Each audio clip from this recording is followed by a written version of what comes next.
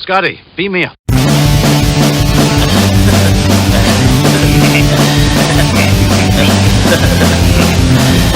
Oh. Smash.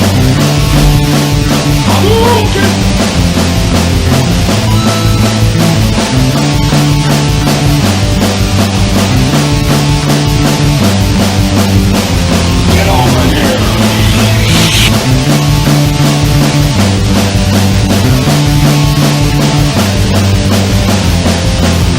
It is pointless to resist.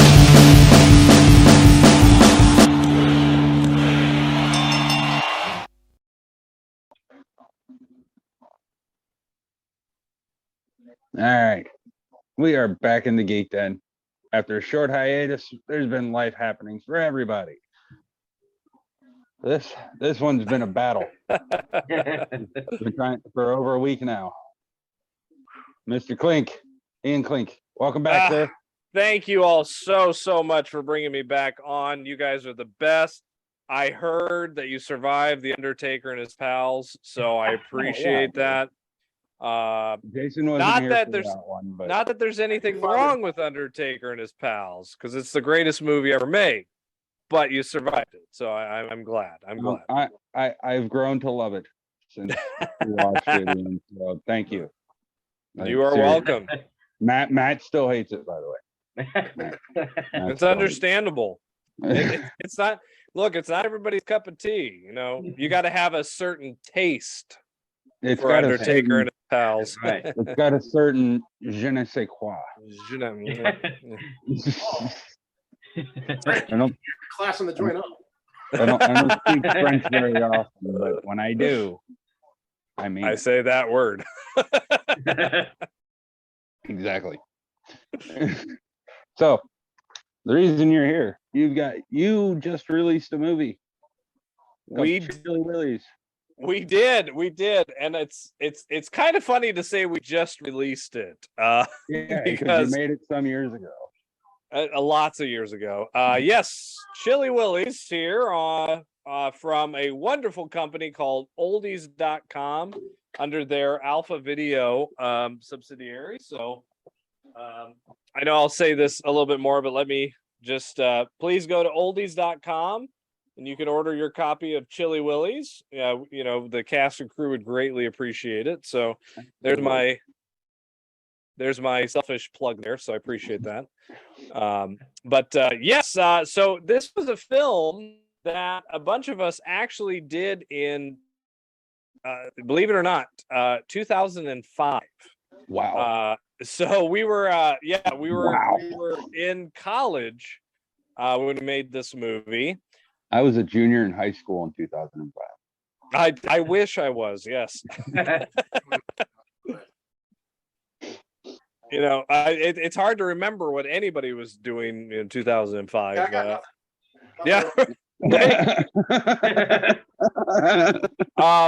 Yeah. So we were. Let's see. I was a junior in college, and we filmed the original version of Chilly Willies in 2005, and then a few years later, I want to say around 2010 or so, we actually, I got a copy of a classic movie you might know called The Corpse Grinders. Have you guys ever seen this movie?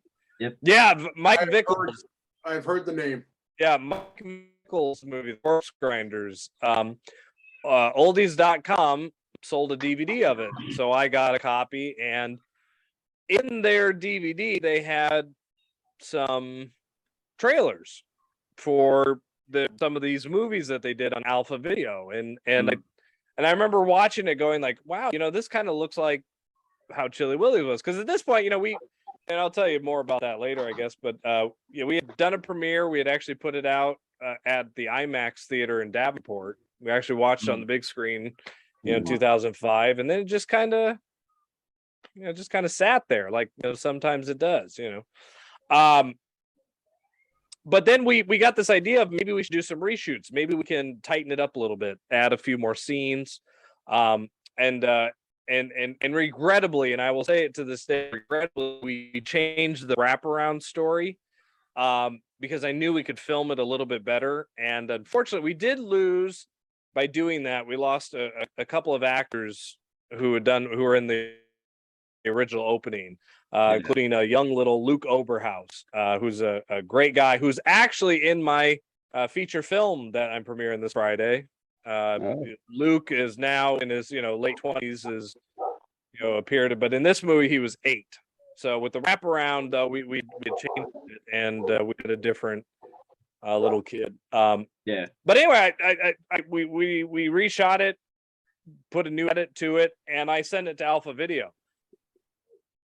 In February of 2022, Alpha Video got a hold of me and said, "Hey, somebody originally passed on this when you sent it years ago, but we really like it. We want to put it out on DVD. So are you guys cool with that?" And we're like, Please. yes. Now that I am graying in beard, that I have a receding hairline and am 20 pounds heavier, yes, we would absolutely love that. So it was an interesting journey. I tell you all that of how we got it to Alpha Video and oldies.com, and a wonderful company. We're really grateful that they did that. And they've been great through this whole process. So really appreciate their efforts to get it out there, and that it's literally can be seen across the world. Yeah, because it's pretty crazy to think that something you created is out there.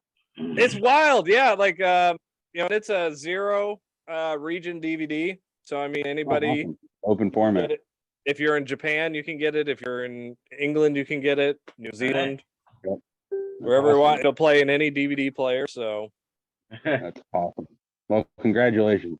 No, thank you. It's the cast and crew and I have been very excited about it, and just again, it's wild to literally go online and I could see a movie I finally put out there. It's almost like 2 decades after the fact. 2 decades after, yeah. It's just wild, man. It's just absolutely freaking wild. It's kind of like, I don't know, like some crazy comedian coming up doing like the talk show circuit, and then just suddenly, oh yeah, by the way, I did this thing in college.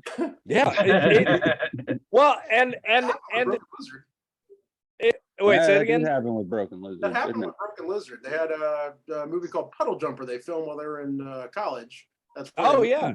But That's right. It didn't get wide release or any recognition until after they did Super Troopers, which later led back into Club Dead. I'm team Beer Fest. That movie, I Beer love Fest. Beer Fest. I can watch Beer Fest whenever. Yeah, that movie's great. What's the horror movie? What's the one I'm trying to remember? Club Dread. Club Dread, yes. Okay, so Club Dread. They all went back to Puddle Jumper, which was their original meeting and their first, like, that's what they did, and it That's fascinating. After, well after it should have. Wow. I didn't know that. That's fascinating. But like you go under there, which I don't know. I guess it's a relatively common occurrence now. I mean, I guess it would kind of have to be. Everybody got their start somewhere. Oh yeah, absolutely. And it's like I know that like Puddle Jumper played a couple of festivals, I think, and then it just kind of disappeared. And popped back up after Club Dread and after Super Troopers, and then was packaged in when the Slammin' Salmon. Yeah. Oh yeah. Yeah. So. I still haven't seen that one. Oh, it's hilarious. I mean, it's if you're in the mood for Broken Lizard, stupid solid club or Broken Lizard comedy, like that's a great movie. It's hilarious. I'm always down for that. Not to sidetrack. Sorry for sidetracking. It reminded me so much. Oh yeah. Well, the interesting part is, like I said, the company, Alpha Video, they're really great. They got some really great films out there. One of them is Cowgirls versus Pterodactyls. Oh yes, and please. And it's actually, I mean, it's really fascinating. This director actually got claymation Pterodactyls. Actually, him and his company did claymation. I mean, it's just wonderful company to be in. But they also they really like some of these older shot on mini DV movies from from back when. Because that's, I mean, we shot this on a mini DV camera. I mean, it was a good quality camera, but I mean, this is years before. I mean, I don't even know if I think I had a cell phone. It was a flip phone. I mean, when we made this, I know, like, there was no Canons. This and this is about a couple years before. This is a couple years before I went to grad school. So I mean, I was in grad school when the Red camera came out. So I mean, really, we were in the this was a high-tech movie. Yeah. For the time, for sure. At the time, this is a high-tech movie, but compared to today, I mean, good gosh, I get better, I get better on my phone. I mean, really, so it's actually interesting seeing some of these movies that they've released through the company, because a lot of them are these shot on mini DV and kind of home video VHS kind of error. I mean, just a couple of years before, I was still doing stuff on VHS in high school. So the mini DV was actually kind of more of a brand new format. What did you edit it with in 2005 when you originally filmed it? Like, what program did you? I did one of the what I guess I'll start at the beginning if that works for anybody interested. So I love Tales from the Crypt. I mean, but that's an understatement word. I mean, I became a filmmaker because of HBO's Tales from the Crypt. I absorbed those episodes when I was a kid. I can't think of any time I've been on screen with you, whether it's here or VCR Redux, that you have not mentioned your love for Tales from the Crypt. I do. I mean, it really, Tales from the Crypt was the first time I remember just it was just fascinating stories. I mean, they were great horror movies. Yeah. They were little shorts, but at the same time, it's when I discovered film. Like, oh, somebody made this. Somebody, my parents. I still vividly remember this. Are you guys fans of the show? Yeah. Oh, yeah. Yeah. Okay. Very So I figure I'm in good company here. But I'll be honest. One of the episodes in Chilly Willies, in particular my episode, there's a scene where I paid homage, and I say homage because it's really fromage, because I totally ripped off. I mean, from you're still getting classy though, man. That's more French. Hey, we're trying, man. We're trying here. Gesundheit. There you go. I got a little German in here. But there's an episode called "The Thing from the Grave," and it was about a photographer who I believe it is Jamie Getz, I believe, is as model, and her boyfriend is Miguel Fuhr. And what I remember vividly is there's a scene where this zombie lover comes back, and Miguel Fuhr reaches over the grave, and all of a sudden a shovel comes down and chops off his fingers. Yeah. I remember that so well from when I was like 5 years old or 6 years old. That when we were about to do Chilly Willies is actually when season 2 of Chilly Willies came out on DVD. Yeah. So for years, I always remembered this scene, but I never got to actually watch the episode because you really couldn't find Tales from the Crypt anywhere. They really didn't have it readily available. And even if you had it at like a rental store, I remember it was usually until years after the show was going. Yeah, I mean, I remember you could find this Robert Zemeckis collection. Right. I remember you could find so you could watch Yellow, you could watch You Murderer, you could watch the All Through the House. Yeah, you could see those a lot. I couldn't see a thing from the grave. Hey, not to sidetrack, Joe Dante? He did a couple of the Tales. Did Dante do a couple of the Crypts? Dante didn't do Crypts. He did Twilight Zone. There it is. Okay, I appreciate though that I am in the presence of a Dante fan. Probably everybody here. Okay. Yeah, Dante. I love Dante. Oh, Joe Dante. Oh man. Well, that was another one. I mean, Twilight Zone, the movie. I mean, I remember renting that from the library over. Yeah. Seen that movie times to say it with. Yeah, I mean, it's just so those anthology shows were very important to me growing up. Like they were that format was great. Tales from the Dark Side. Tales from the Dark Side. Great. Amazing stories. I mean, I remember watching on USA, they would always have the Amazing Stories movies. Yeah, for us it was Channel 46 in Georgia. But Yeah. you see it on the Spielberg episode with the plane. Yeah. Oh God, yeah. I saw that enough times that I still have it pop up in dreams. I got to meet. Speaking of Joe Dante, she does the voice of the wife in American Dad. Wendy Carlos. Yeah, Wendy. Yes, almost. That's almost. Yeah, something like that. I'm terrible. Well, now I have feel- to look it up. Shit. Yeah, I know. I can't think of it. do your thing, Jake. Well, anyway, I met her at a thing at Savannah College of Art and Design, and I told her I had just watched the episode of Boo, directed by Joe Dante for Amazing Stories, and she was like, "How?" Wendy, yes, thank you, Wendy Shaw. I said I loved you in that. She's like, "Oh my gosh, you were the first person to talk to me about that in years. I love you for this because I love that movie." And we just had a great talk That's about that. Anyway, sorry, I'm babbling here, but anyway, Babylon. the Babylon, right How's the weather over there? here? In Babylon.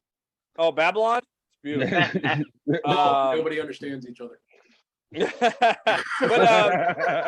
but basically, I remember watching these Tales from the Crypt episodes, and I've got to tell you, my first movie experience that I remember watching was Creep Show 2. Mm. And I'll never forget that. My parents were really cool. I mean, they really explained the process to me. So, I wanted to be a filmmaker since I was like 5. But I remember my dad explaining in the Raft episode. I remember him explaining this wasn't a real, this isn't a real arm that's been ripped off. It's a fake arm. It's a fake leg that Deke pops up. I mean, it's not peeling off this lady's face. Yeah, I mean, I mean, now granted, I mean, should I have been watching that when I was 5? No, but my parents. Hey, you're in the same company. I started horror movies when I was 5 too. I mean, I was Amityville Horror. My uncle was showing me that shit. Yeah, I mean, it's fine as long corrupted me as. at a very young age. So. Yeah, I mean, my parents are cool about it. Their whole Horror movies. philosophy is you're gonna watch it anyways, so you might as well watch it, and we talk to you about it, so you know. Yeah. And and that was great. I mean, that really got me into filmmaking. So, I tell you all that because Creep Show 2 and watching Tales from the Crypt and all of these anthology movies, I started off making those kind of movies. So my short movies were Tales from the Crypt wannabes. I did a movie called A Mummy Affair, where a mummy comes to life on 2 people who are having an affair, stuff like that. And then, but it got to that point where I really talked to some of the guys, including my friend Justin Markson and another friend of ours named Joe McKinney. And I said, let's do an anthology movie, where each of us directs an episode, because why not? I mean, we love anthologies, but I also thought this would be a little bit easier. I mean, I was at college at the time. If I did one, if others did they wanted to film others, we could do that.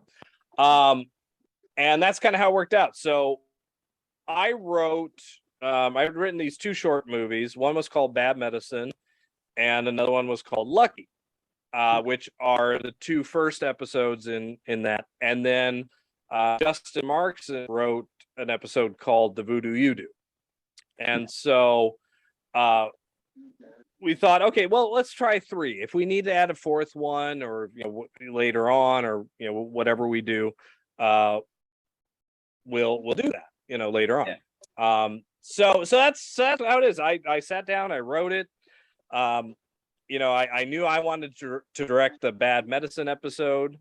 I asked, Joe wanted to I want to say I asked Joe if he wanted to write one, but I don't know if he wanted to write one, but he wanted to direct one, so he did Lucky, and then Justin directed The Voodoo You Do. So it was the 3 of us, and yeah, we read the script, we figured it would cost us $5. We weren't going to spend a whole lot of money on this. This was in 2005, right? Yeah. You guys 2005. ran across a formula that I mean, legitimately, most of the anthology movies that have come out since that point, that's what they've been doing. I mean, they've literally been taking, like Agencies of Death, literally 26 directors from all over the world with a 5-minute segment each. Yeah. I mean, and for that matter, I mean, Seppuku. oh my lord. Yeah, When I stop and think there about that, that's literally, I mean, granted, I'm sure it happened in the 80s and 90s too. but I'm Is he not- here? He's here. There we go.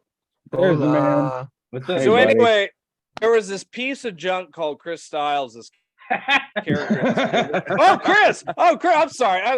Anyway, that was a I different Chris. picked such a great time to come on. Yes, I knew it. So anyway, this piece of shit wore a Hawaiian shirt, and he As most do, as they do. He wore a Hawaiian shirt with no Band-Aid, and he's got to go. He's just you gotta wear the Band-Aid, man. I mean, that's something's got to be done about this guy. He's got to go. get him out of here. Yeah, I know. I got to get the Band-Aid going. But honestly, I'm so white that I need to get more tan for the Band-Aid. Like I need to get a little like summer base tan going so you can see the You're Band-Aid. as white as Richard Madoff at a Bette Midler concert. I mean, that's like you're the whitest thing on this planet, Chris. Isn't it Bernie Madoff? Isn't that who you're thinking of? That's what I said, Bernie Madoff. All right, Richard Madoff. Madoff. We all know that I mix up words. Whatever. I'm as white as the guest list at Bernie Lomax's beach house party on the Hamptons, Including the cocaine. including yes. Once again, now we're insulting cocaine. We've insulted Bette Midler and cocaine in like 5 seconds. Who's insulting? I'm praising. I'm just saying that was some pure. That cocaine wasn't stepped on at all. That was the pure Hampton grade cocaine, my friends. To be honest with you, I don't enjoy this, but I'm doing it because the rest of you are. I enjoy it. My favorite cocaine line, I think, in a movie is actually in a really I thought cheesy you were movie. gonna say my favorite cocaine is, and you were gonna go to the whole diatribe. Like It's gotta be Bolivian China Peruvian, white. yeah. It's either South America. I or do China. nothing but the golden dragon. If you don't know what it is, you can't afford it. You know, If you're not willing to travel to Medellin, don't even talk to me about a cocaine party, all right? You have to go to the Ranchero, my friend. What is your favorite That's it. cocaine line That's that- in Hollywood in that- 1983. I feel like this is unfinished. I have to know. If I don't see F. Murray Abraham getting hung outside of a helicopter while I make my cocaine deals, I just don't feel that good about it. I don't sleep well at night. What can I say? So what's careful, the he's show still that you guys? What do you call the show here? What? Ah, Well, first of all, I thought this was a cocaine stand-up comedy hour. Not all stand-up comedy hours. Oh, which reminds me. Yeah, my favorite cocaine line in a movie. Sorry, I do this. but anyway, my But it's favorite like- cocaine actually is. You know, Long story short, cocaine is great. No. I should do it. when I chainsawed a guy in Mexico, I actually got this. You know, How do you think I got this fucking shirt? how do you Anyway. think I got from the dumpster? I mean, oh, At any rate, my favorite cocaine line in a movie is in 1990s Far Out Man. Oh, man. Ronaldo Ray far is out, man. the brilliant, no longer with the stand-up comedian Ronaldo Ray, legendary, is offering to share his cocaine with Tommy Chong. And Tommy Chong's like, no, man, I don't do that stuff. He's like, why? What's wrong with this shit? He's like, oh, no, nothing. I just don't do cocaine anymore. He's like, what kind of fucking roadie are you? Don't do blow. He goes, oh, no, it's not that, man. It's just the last time I did coke, I tried to kill the guy that gave it to me, you know? Oh, all right, then. That's more for me anyway. First off, That's So actually good. one of the best Tommy Chongs I've ever heard, Chris Stiles. That was amazing. I think with parts, man. Secondly, there are 4 people in this world right now, literally in this world right this second, who are talking about Far Out Man, and we have one of them on this show. I mean, That's that's great. The other 3 are members of Tommy Chong's family. family. It was his wife, his son, and his daughter, who are all in the movie. It's literally just like a If family. those 3 It's people kinda are cute. watching this show right now. Yeah, and they can't. I could die happy. I could die I feel happy. bad. We're here to talk about Ian's movies, and I'm like, well, god damn it, the cocaine references in Far Out Man are far superior. Well, as to... we all know, that's how I make movies. You know? Ian's like, my movies, Pshaw. Pshaw. this will make you feel better. Tommy Chong, and when you watch Far Out Man, it is credited as a Tommy Chong attempt, not a Tommy Chong film. That is beautiful. It's a Tommy Chong attempt. He literally just made the movie with his friends and family. Like, it's really cute. It's like, it reminds me of the shit I did when I was in 7th grade, but like he blew a couple $1,000 on it, and I blew like a couple fucking pre-recorded tapes. I understand. Speaking of Chilly Willies, anyway. Yes. Yeah, show that cover again, goddammit. I haven't gotten to see this thing that much. Right there. And real, that is like real, there's no special effects here, folks. Wait, hold on. That's as official as it gets. Oh, you got your blurry. I got the blur. There you go.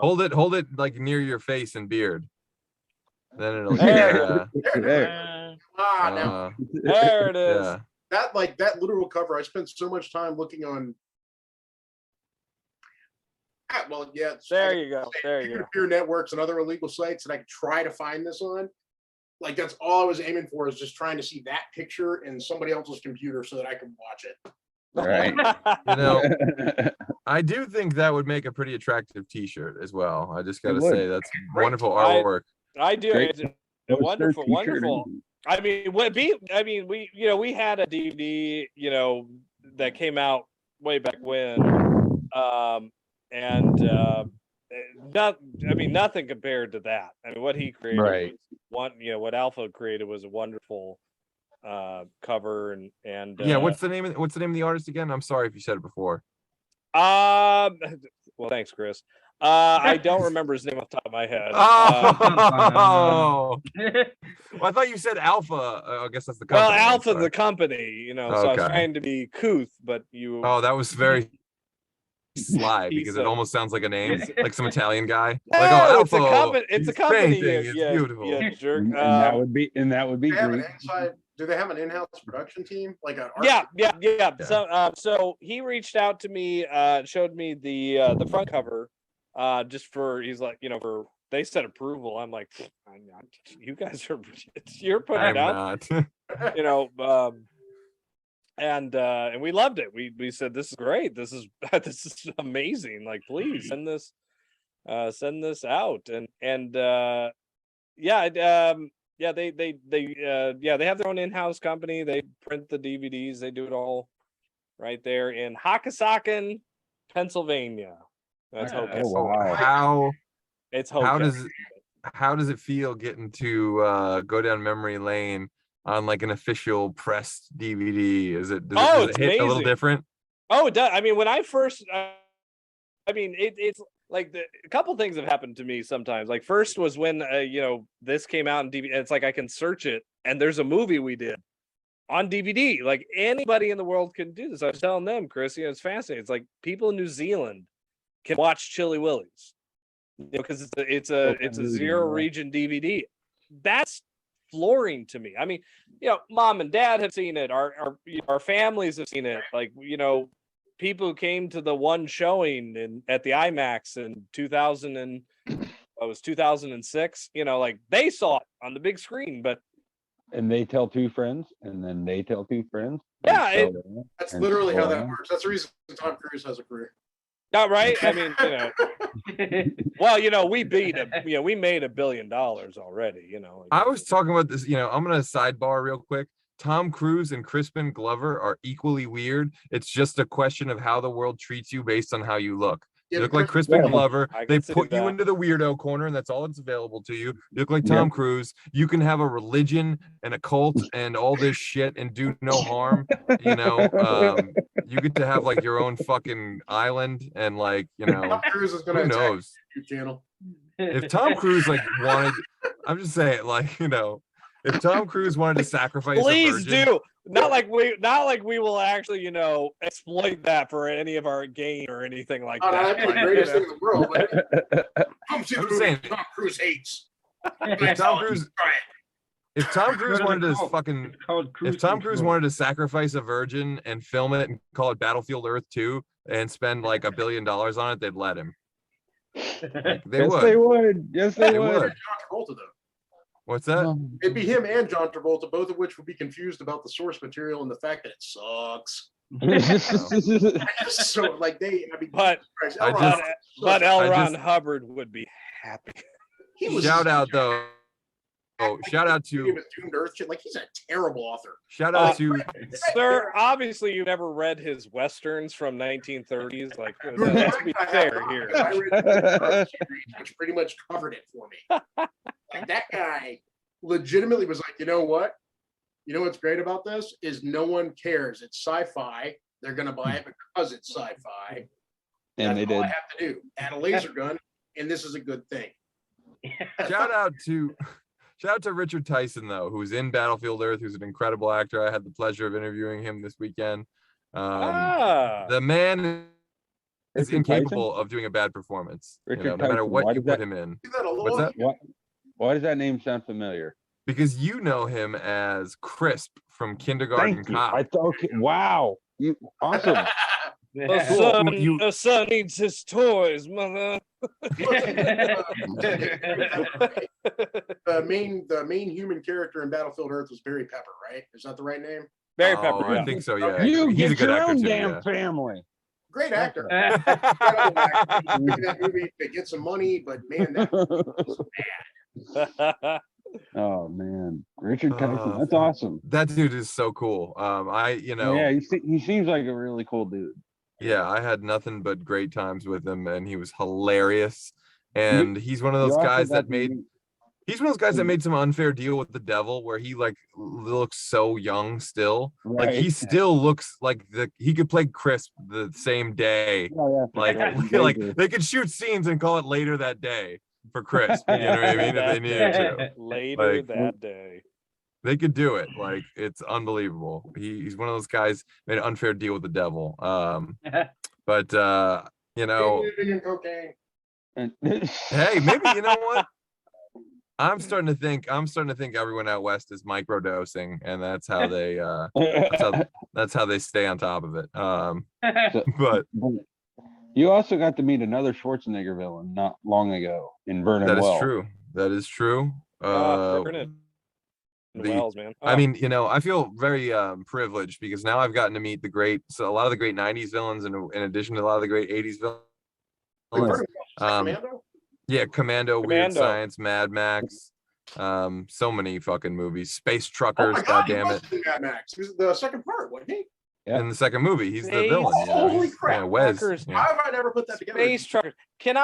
I just pause this for a Space minute truckers. here? Can we Because I can- said Space Truckers, yeah. Can we acknowledge, can we, the five of us, acknowledge the awesomeness that this world does not understand or deserve? Because nobody has really seen Space Truckers. And not only Yeah. is that one of Stuart Gordon's amazing films, Yeah. that movie is bad ass. Beyond what it deserves to Now, be. now I feel like I have more homework. You Professor gotta watch Cloud. Space Oh Truckers. man, yeah. Yeah. Space Truckers is I graduated. Space Truckers is every 1980s Saturday morning cartoon space opera that we all wanted. And it's like if you mixed Roadhouse, Star Wars, and RoboCop, you get space. Yeah. You get Yeah. Space Truckers, and it's incredible. Yeah. He had a run of those too. I mean, Stuart Gordon also did. Was that Robot Jocks. Robot Jocks? Thank you. Yeah. Oh. So, Robot Jocks. I Stuart love Gordon Robot Jocks. From Beyond, which was it's still one of my favorite movies of all time. I mean, there's not a single part of that movie that I don't love. Yeah. Just for no other reason than Jeffrey Combs is in it. He can be in anything, and I love it. Stuart Agreed. Gordon doing all the H.P. Lovecraft crap, and he then started doing vanity projects pretty much. Yeah, I mean, like, he started doing Robot Jocks was one of them. There were Space Truckers. Space Truckers is a great movie.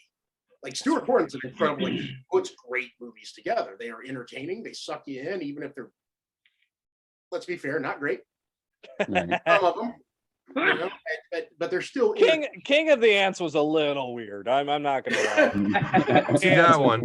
I didn't see that one, but I bet you if you put Dennis Hopper in that one, it would have been a fucking gem. I believe Dennis Hopper was in it. Dennis Hopper Was he, in it.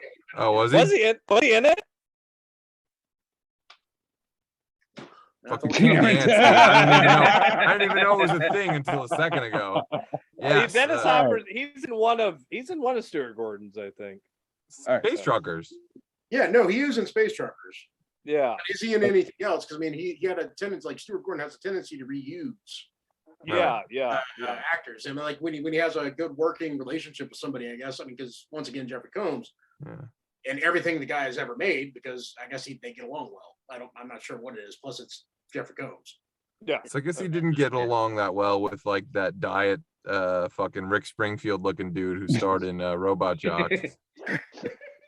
Diet Rich. Diet I hate you. What the fuck, Chris? He was like a fucking Chris. he was like a Stiles. sugarless, like soy plant-based Rick Springfield. Like he What the was, fuck? it's like caffeine-free, sugar-free, and like no fun allowed version of Rick Springfield. No, I love the dude. I love the guy. It's just like so distracting. It's so fucking distracting to me. How much I'm thinking about Jesse's girl. Like every time I watch that shit. I should be thinking about Achilles and shit, you know. But that movie had me so jacked up in like 1990 or 91 or whenever the fuck it came out. And it took me years to like finally see it, which was a bummer, Good but stuff. did not disappoint. And it's taken me years to get my hands on Now- a copy of Chilly Willies. Here's a deep dive. Have you guys ever seen Robot Wars? No. So Say the name again. Robot Wars. So what Charles Band did, who produced Oh. Robot Jocks, did Roger Corman, and he took footage from Robot Jocks and edited it into this other movie called Robot Wars with Barbara Crampton. Holy shit! wow. Didn't he? Look at this. And it's great. It's actually it's just as good, but you're Just as good. rewatching Robot Jocks footage all over. You know? Come on, Jock. And hey, well, Robot Jocks bankrupted Empire Studios. I don't know if you Really? Yeah, it would cost so much money that it bankrupted Empire, and that's when he went to do Full Moon. Oh, okay. Wow. So that's when Empire International became Full Moon. So wow. That's Yeah, because he fascinating. had to refinance everything because Robot Jocks cost too much money. Now, did Robot Jocks? I mean, this is a really deep question. Apologies if it's too deep, but did that have like MGM theatrical distributorship? A DVD it did, yeah. Yeah, I never. No, saw I know it. on DVD, but I mean, No, I think theatrically. Full Moon was Paramount. I can't remember what I can't remember if that was. Because like I don't. I think it remember- is because, like I said, it's in the MGM library. I don't remember the movie getting a- Robot Wars isn't. Robot Jocks is MGM, but Robot Wars is Full Moon, so that's under. Well, I'm guessing don't know, I Robot think. Wars does not also have the great Danny Kimicona, or It does not. It has Barbara Crampton, and I think somebody. Hey, like Barbara him, Crampton's when I great was- too, though. I'm Yeah, she's guessing. Just the fact that she shows up in anything, I'll give it a shot. Yeah. And I've been disappointed several times because of that. Am I getting the title wrong? Is it Robot Wars? It's Robot something. It's not Robot That Jocks. I think sounds it's- familiar. I don't think it's That sounds right. familiar. If it is Robot Wars, it's not. Hold on. I think of Robot Wars. I think of the robots like Actually, you know what? I'm going to search on right now. So, Spike TV back in Yeah, the I'm day. gonna check it out too. well, all right. So, Robot Jocks, I recall coming like it was a direct to DVD release, wasn't it? Or am I? Did it have a theater? No, Robot Jocks came out in theaters. It might not have been a wide release, but it was in there. Okay, so the first time I ever saw it was on Showtime at like 3:00 in the morning. That's kind of the way that movie should have. It feels like it was designed to be watched that way. I Yeah, know. no, it's- no. Yeah, 'cause I love Robot Wars. Robot Wars. Okay. So it I'm is just getting Robot to- Wars. That is the derivative Yep. movie. Yep, that's it. Yeah, that's the one. Robot Wars. Yeah, Barbara that's. Crampton, Jesus, man, she's had a bit of a resurgence lately. Oh yeah, well Yeah. she's been in Fangoria articles and stuff like that. Mhm. Wonderful actress.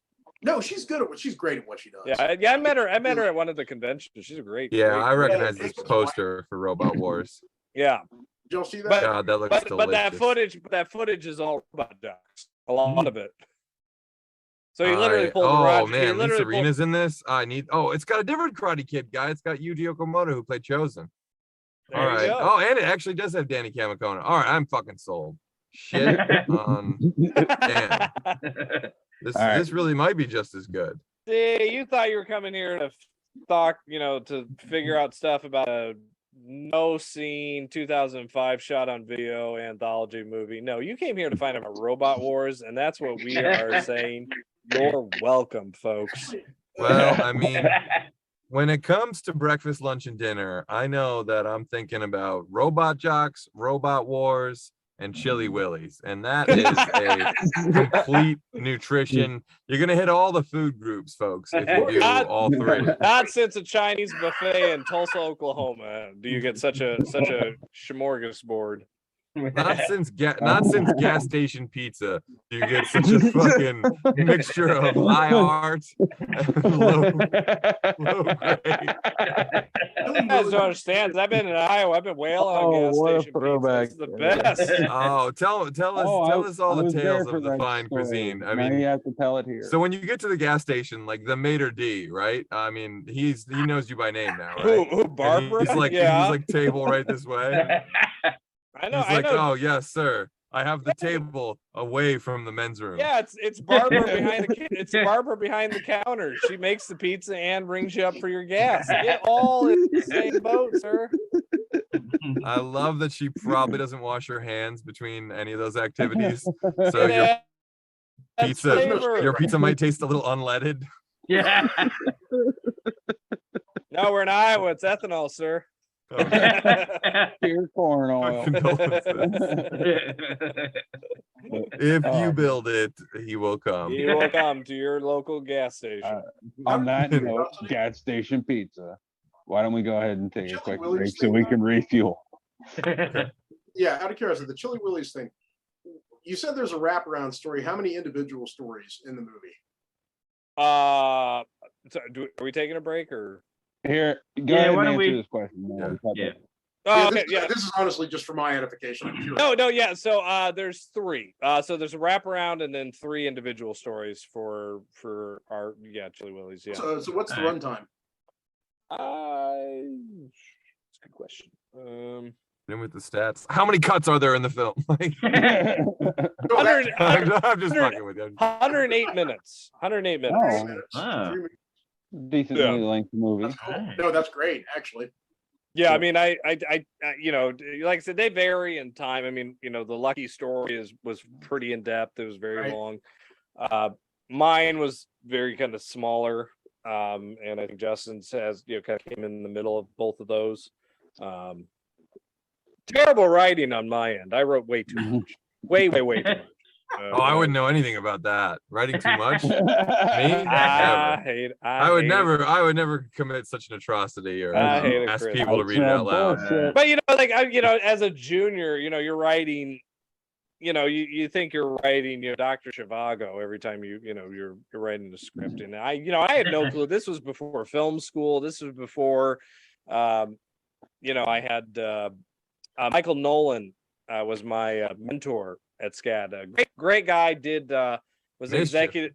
Yeah, great. It was producer of Mischief, Mr. Holland's Opus, Full Body Massage. Wonderful man. Was actually an executive at Fox for a lot of years. So he was there from like Star Wars through Alien through Enemy Mine. Like he was there during those periods. Pre Die Hard. I did pre-Die Hard. Yeah, I think at Mischief he left. Okay.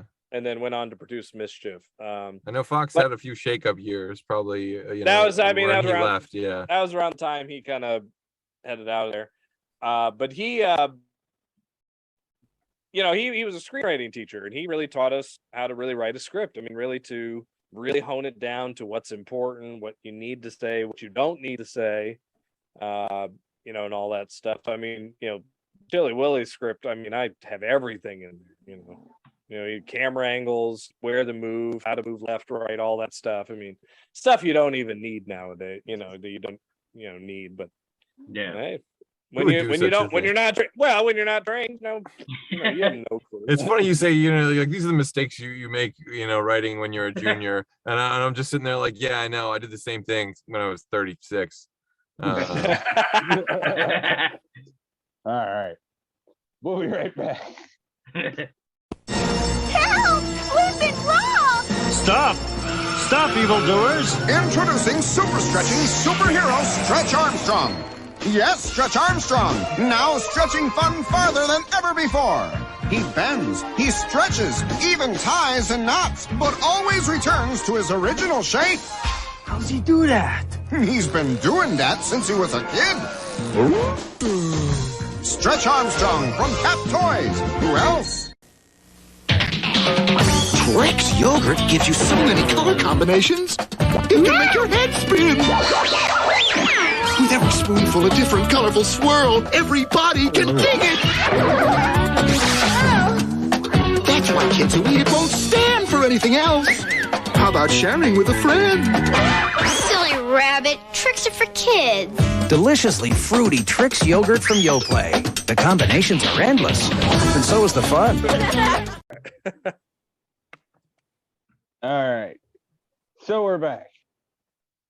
Once again, we had Jason. What were you going to ask him about Chilly Willies? Yeah, the question came down to whether or not there was, 17 years after the fact, you guys made a movie in 2005 and it finally got released. I mean, it's almost 2 decades out there, but you're thinking about a second part possibly. We are in the early stages of talking.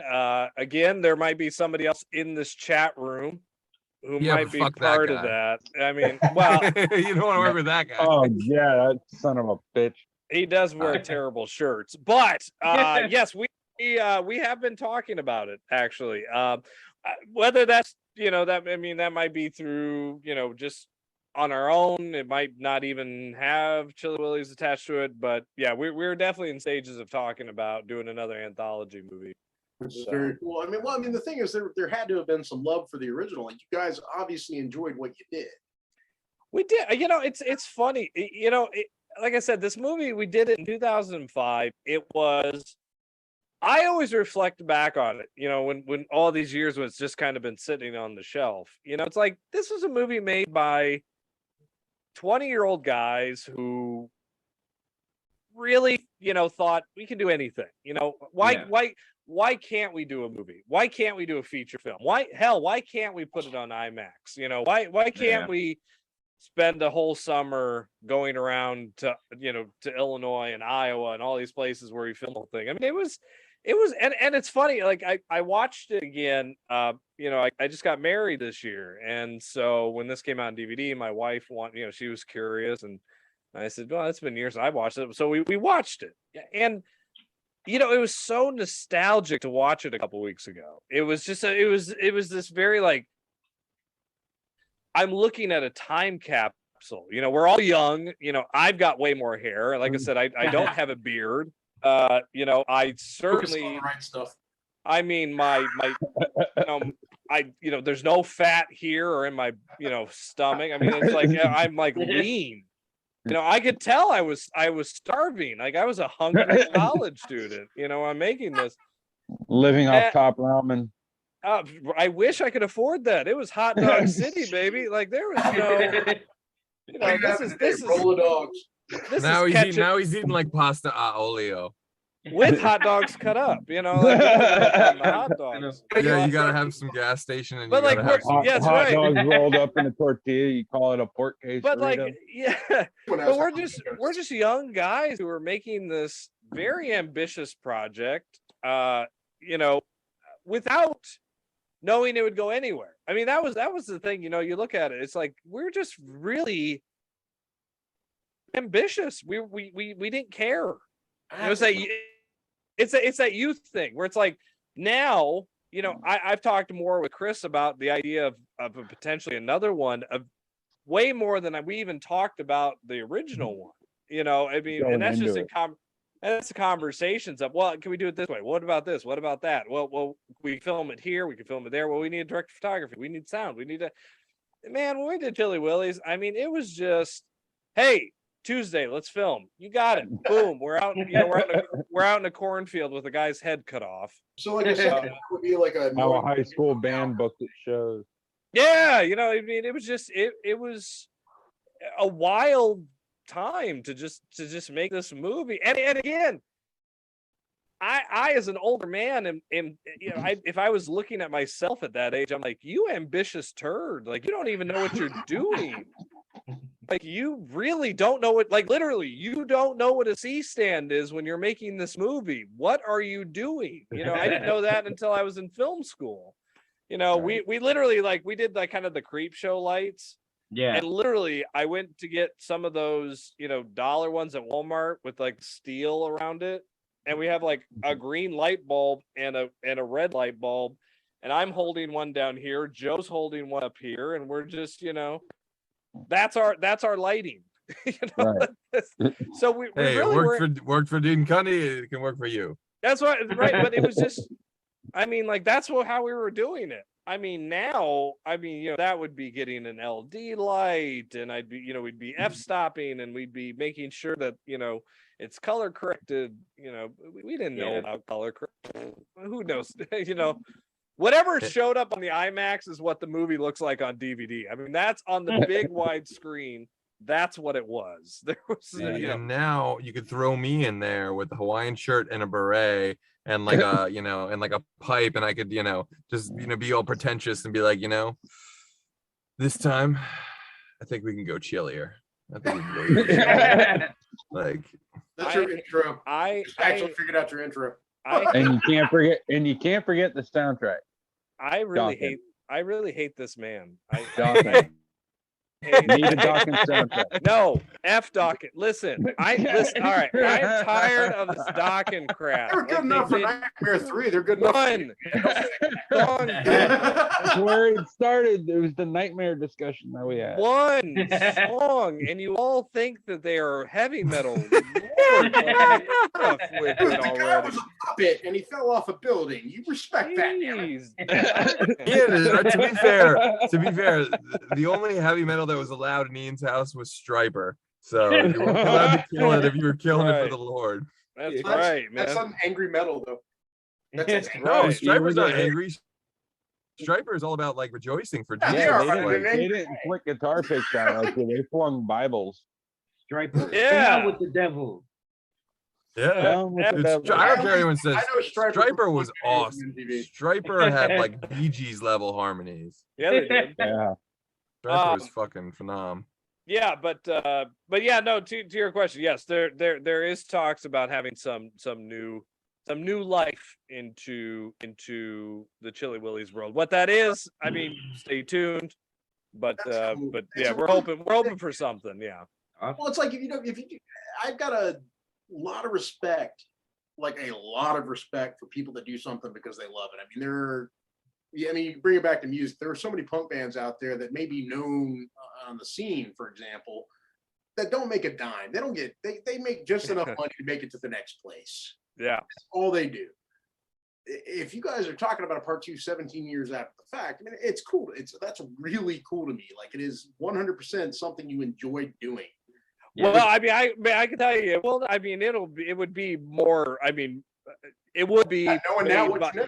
That's what I'm saying. It'd be more. It'd be, you know, 30. You know, in our 30 somethings, making a Chilly Willies kind of movie. I mean, you know, that sort of thing. And yet, at the same time, that's why I'm so grateful to Alpha and Oldies bringing this out there. I mean, forever, this got time capsule. You know, it really did. I mean, and I love that. I love that I can say to people like, hey, look, you want to see what some, you know, 20-year-olds can do with, you know, literally $10, a piece of bubble gum, and, you know, a red lamp. I mean, that's cool. You know, that's right. We MacGyvered this thing. and it came together. And again, It's like- you watch it. I'll be flat out honest. If you're wanting to find an Academy Award winning movie, I mean, Amadeus is in the A's on Amazon, but like, if you want, I mean, this really, Chilly Willies is what Chilly Willies is. I mean, but again, we loved it. We were excited about it. We were gung ho about it. Again, we just these young guys really just not caring what it was, but again, at the same time, we really had that thought in our head, like, man, what if this gets us there? Like, what if this is seen by, Bob in Hollywood, and all of a sudden this is our ticket out there, like that, those ambitions and dreams were still there. And you can see it. I'll be honest. Like, I mean, there were some really good moments in Chilly Willies. I'm always loved the shot that I did in this movie. And even now at my age, as a teacher, somebody who does film, if a student of mine did this, I would be like, oh my God, this is great. There's a scene where this Sarah in the movie, Sarah goes into the barn, and you see that there's this dead body came out of the ground. So she's kind of looking at the unearthed grave, and she walks into the barn, and we cut to a shadow on the wall, and Sarah's body kind of walks in, and all of a sudden on the side you see a shovel kind of raise up in the shadow, and she turns around and smack the shovel, and she falls down. To this day, I'm impressed by that shot. And again, I'm impressed for a whole different reason as a 37-year-old. I'm like, damn, Ian, as a 20-year-old, you really thought that shot out. You really had some really cool ideas with that.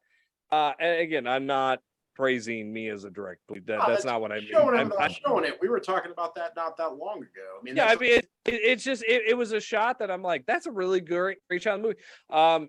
Joe does this really incredible job. Joe McKinney, who directed Lucky, has some amazing pool shots in the movie, because the second story involves a pool shark, and I mean, really not like, he really watched The Color of Money over and over and over again, and Joe really got some really amazing angles of these pool balls, and it makes it entertaining. I mean, a billiard game itself isn't that entertaining, but filming it, Joe did some great job. And then Justin Justin went with this idea of doing a Mike, a Mickey Spillane, Mike Hammer 1940s thing in black and white, and he's a detective, and he literally shot it all in black and white, and he has a narration, and it's like an overdub, like a noir kind of thing. Yeah. So I mean, it's like, we had some really cool stuff in this movie that even like now, like I said, if any of my students brought something like this up to me, I'd be like, wow, you guys really did some cool stuff in here. This is really neat. And again, have some terrible stuff, and there's certainly some things in there, but like I said, I love that it's a time capsule. I love that it's saved now, and that anybody can see it, and we can look back on it. And like I said, my wife and I were watching it, and I'm sitting there like I said, even though I'm heavier, I'm balder, I'm a little bit, it's like, God, I wish I could work out like I did then. It was just kind of nice now to look at it as we're older, going like, this is kind of interesting. We really did something here. So anyway, enough of me praising myself and the others, but Well, no, not exactly, because there's another project you have. You actually have a premiere coming up this Friday for it. Yes, yeah. It's ironic. So now, fast forward all these years later, the DVD's coming out, and I'm releasing my first feature film that I directed, called Anybody's Blues, which stars a lot of the same cast. I mean, Justin Markson, who was in Chilly Willies, who's now been in a few other things, including Haunt, the Shudder Haunt movie. He was the killer clown. But by the way, we also should give a shout out to Justin because he wanted to be here, but He did. I just Yeah. oh man, it was a with all great, the rescheduling and everything. oh we just man, yeah, wasn't he able was to- really looking but forward to being here. We'll get him on down the road. Oh, please do. You have to. Yeah. Well, he was in it. Luke Oberhaus or Kurt Oberhaus was in Chilly Willies. He's actually the police officer holding the shotgun. Kurt's been on the Orville. He's been on This Is Us. He was in the past season.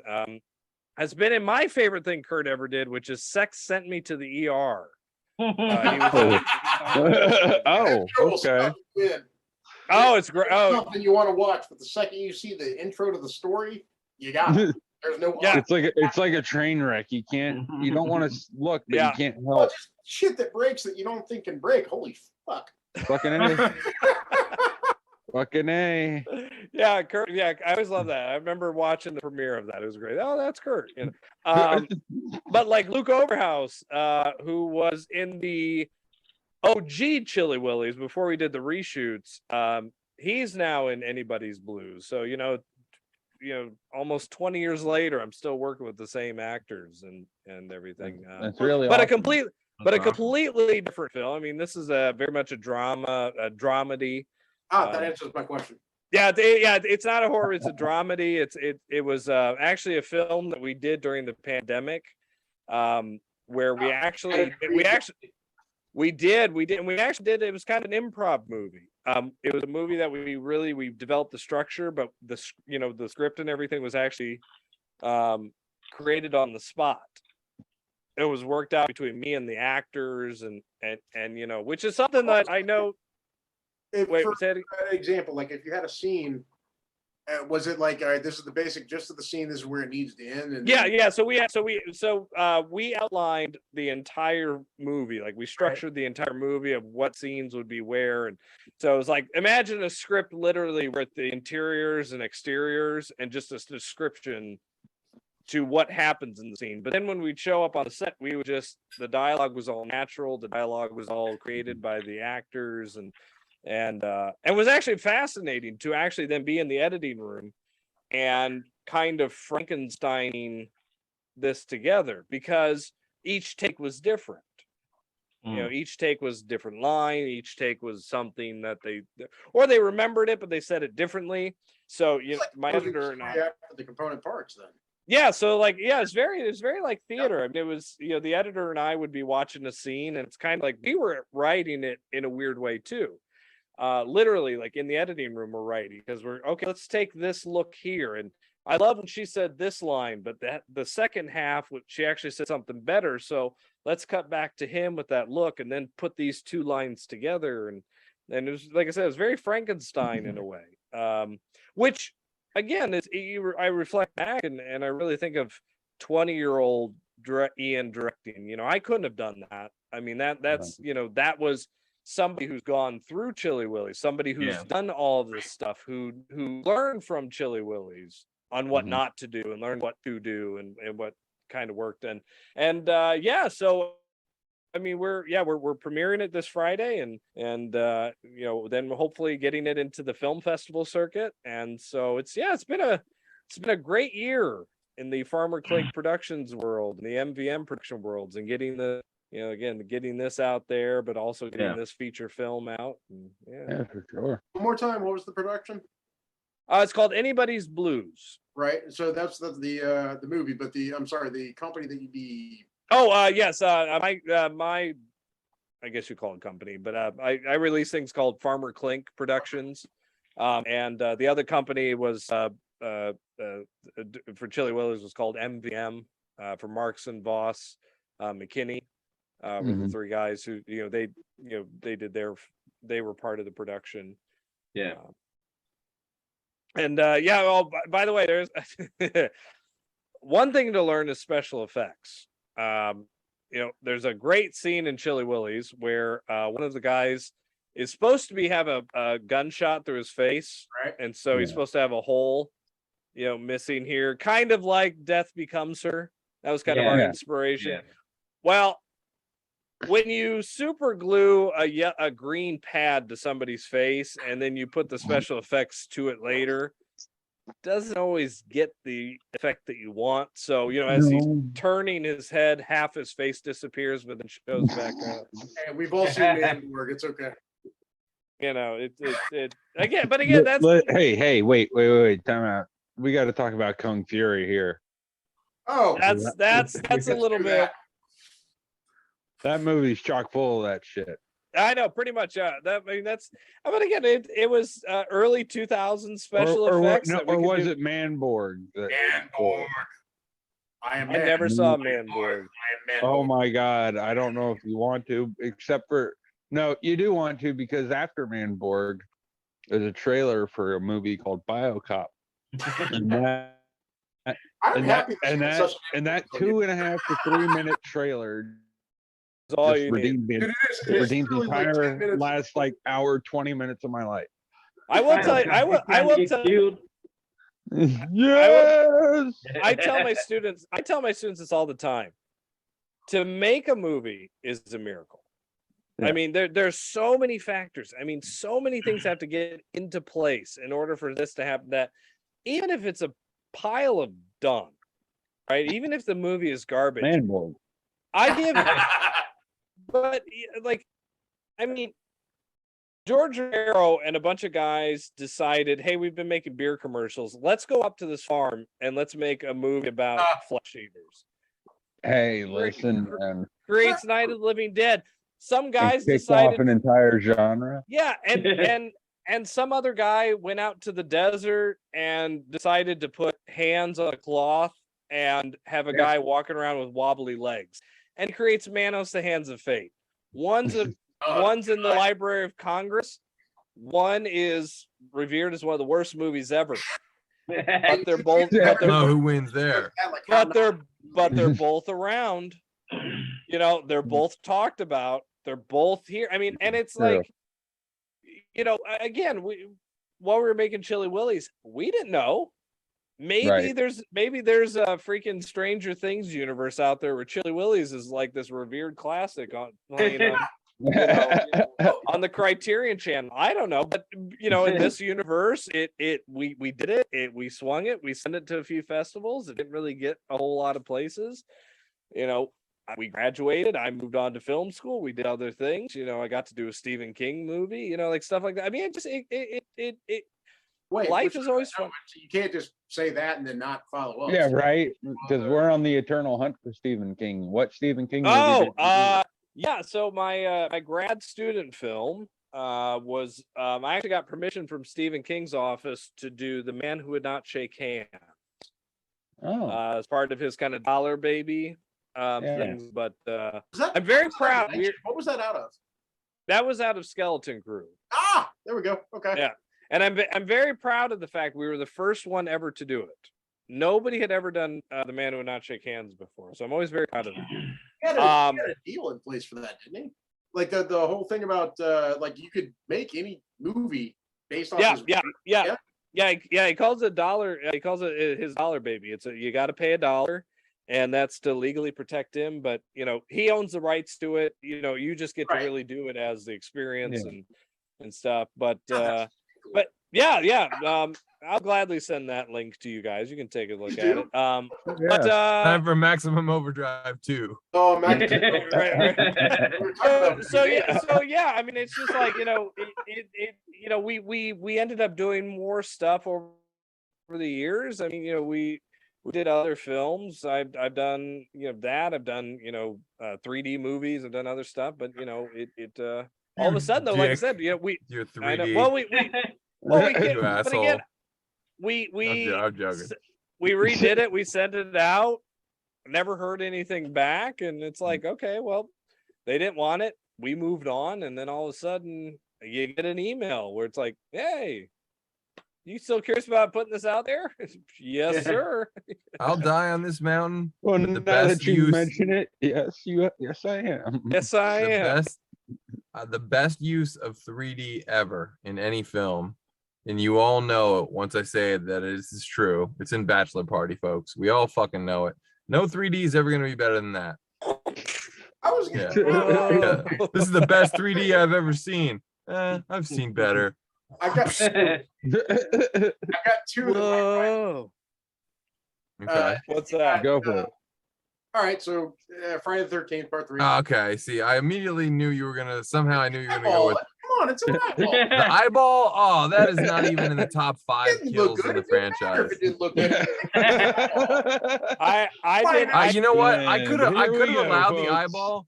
I could have allowed the eyeball if it wasn't for the fact that the entire movie is like shit that doesn't need to be coming at the lens. That is. Oh no, it's Like, here, check out this eyeball in a jar, kids. Like, I'm doing a yo-yo right now. Yo-yo. I will say scene, this: like- I show 3D to my students, and one of the things I show is the ending fight scene from Friday the 13th Part 3D. They love it. They love it when that axe hits his head and it's like angled at you like that, and it wobbles. It It's was great. so telegraphed. Every single scene is telegraphed. as well. Like, you know what's about to happen because it's a 3D movie. So, like, if you were there in the theater, the second the setup occurs, you're like, ah, shit, someone's gonna die. There it goes. But it was acceptable to me. Anyway. I mean, it's just for no other reason than, as I mentioned, Is it- eyeball hits the camera. It is true. Is 3 the one where the guy's being killed and all he keeps repeating is, "Oh God, he's killing me! He's killing me! He's actually Yes, when he was killing me!" Yeah. Okay. Yeah. Yeah. I That always was love- part 3. I always love that. Oh God! Oh God! He's killing me! He's killing me! Yes, we're seeing this. You don't Oh, have to tell absolutely. us. But you know, it really plays into Screen, it. buddy. Oh my god. Now we're going down a Friday 13th rabbit hole a little bit. We've all seen part 4 with Crispin Glover. Oh, I think it's the absolutely. final chapter. Greatest dance. So this is ever. I saw the fucking best meme I've ever seen in my life. It's like Marty McFly staring at George McFly in the cafe in the 1950s. And he's looking at him and George McFly goes, "What?" And it's just Marty McFly being like, "You're the dead fuck." It lose my mind. They're so perfect. There is a moment in Chilly Willies, I promise you, twice we pay homage to Crispin Glover. One of the characters comes in the room and he's like, Sarah, where's that fancy corkscrew at? And then Justin, when he calls for Sarah, he walks in the bar. He walks in the bar and he's like, Sarah. He does it just like Crispin Glover does because we were obsessed with that. So, Well, how's the corkscrew? Chilly Willies is basically everything we ever saw. Let's throw it in there. That's basically what. Yeah. That's awesome that you made the attempt, though. I mean, we were again. it had to have been. I mean, I would imagine a 20-year-old kid in school was most likely like a Herculean sort of approach. It had to have been. Oh, I mean, well, You were trying to do something. We really were. I mean, we really were trying to do the Tales from the Crypt. We really were trying to do it as best as we could. We like I said, the blood. I'll be honest, the blood effects, like when he gets his hand cut off. It's literally I had Justin do this with this, and we put like dirt and blood. And I had him hold it to the camera so it looks like his fingers are cut off, but they're really not. I mean, but right. We didn't do that. I had him specifically do this, so it looks like there's more chunks of meat out of his hand. We did try. Well, it's like Craig and I were talking about, like we were watching. Was it Straight Edge Kegger, right? Yeah. Okay. So we're watching Straight Edge Kegger, and we were talking about the fact that like a filmmaker's best friend with a budget is blur and darkness. Oh God, yeah.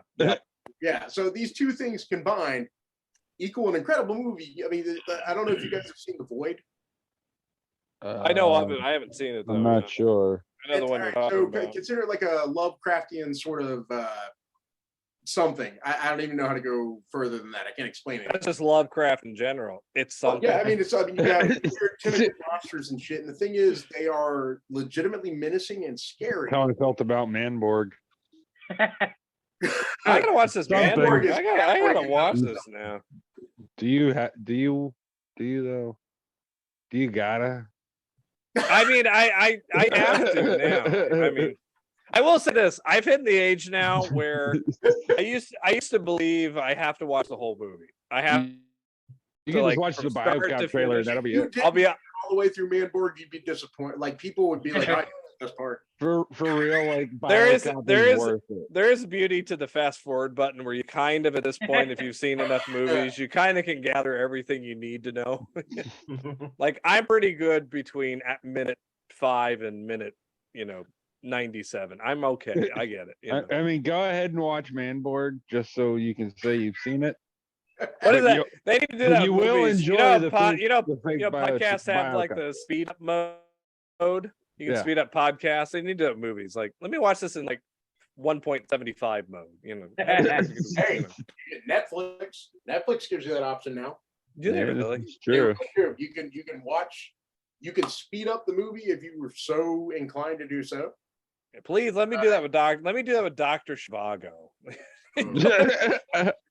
Let me get through the tape number 5 of Dr. Zhivago. There are far too many Jesus classic Christ. movies. Way more. I want to do that with Micro Machines commercials. I want to watch them at one point. at speed, high-pitched Greg, squeal Micro all the way Machines through it. commercial. Yeah. Greg, Micro Machines. Then I think of like, you ever saw National Lampoon Senior Trip, like the keyboarding teacher? Like, space. Two people in this world are talking about Senior Trip right now. One of them is in our show. Where the fuck is the other person? Because I want to party with them. It's Ted in Oregon. Like, I don't know, Chris. I mean, like, Daddy, hit me up. he's man. definitely. he's Ted in Oregon has been trying to get all of his friends to watch Senior Trip all of these years. And at every party that they're at, it's like, hey, there's a downtime. Bust out the Senior Trip. Yes.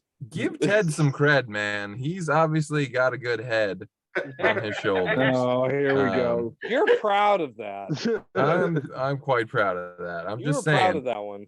give Ted some cred because the rest of the world might be dead, but he knows. God, I can't think of another head.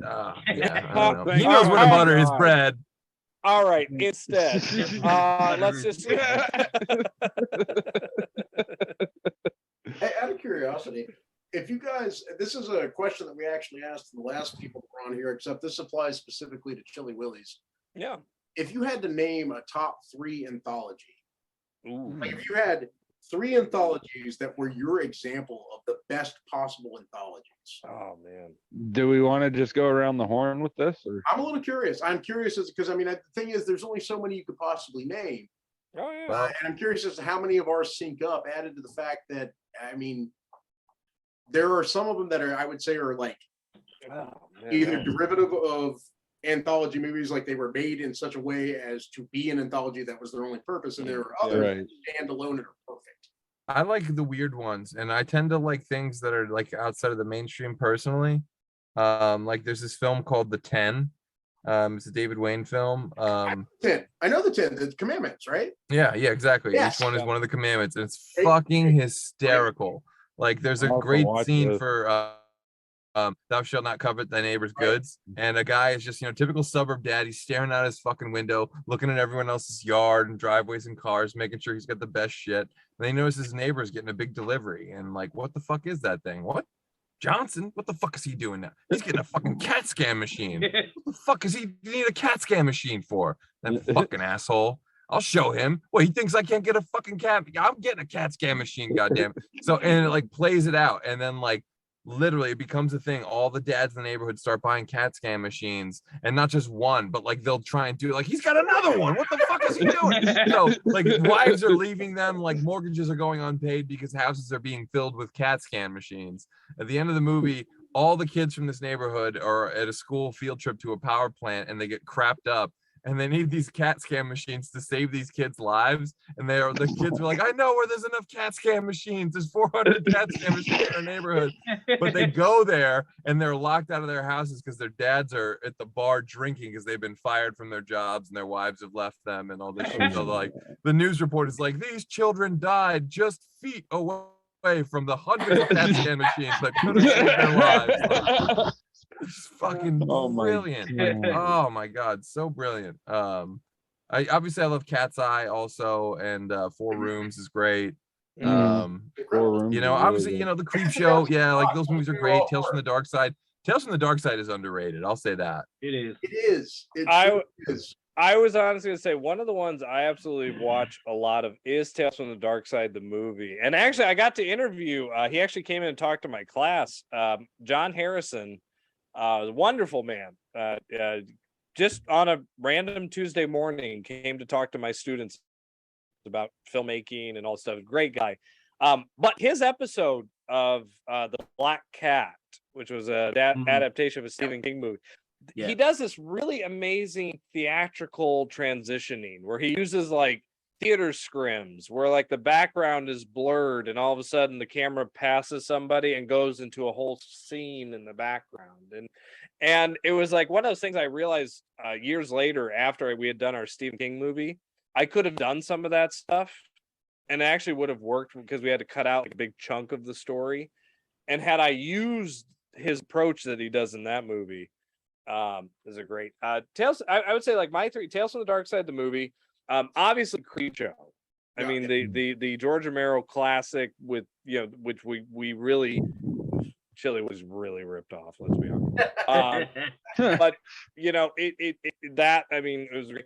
And then one that I find interesting. Can I cheat a little bit? Can I do two more? Please do. I want to do one in the weird category and one in the history category. One in the weird category is a movie called The Monster Club. I've seen it. Okay, some of you say it's a random one. It's a Vincent Price. Yep. Late like early 80s kind of weird. I was on that episode of the Redux. Were you? Okay, but yeah, Monster Club is a very well. This is a different. No, not Monster Squad. Not Monster Squad. Yeah, my bad. Yeah, this is called Monster Club, and it's Club, it's like Vincent Price gets bitten by a guy, and he takes him to this Monster Club, and they're literally like telling these stories. Yeah, it's a really weird one if you can find it.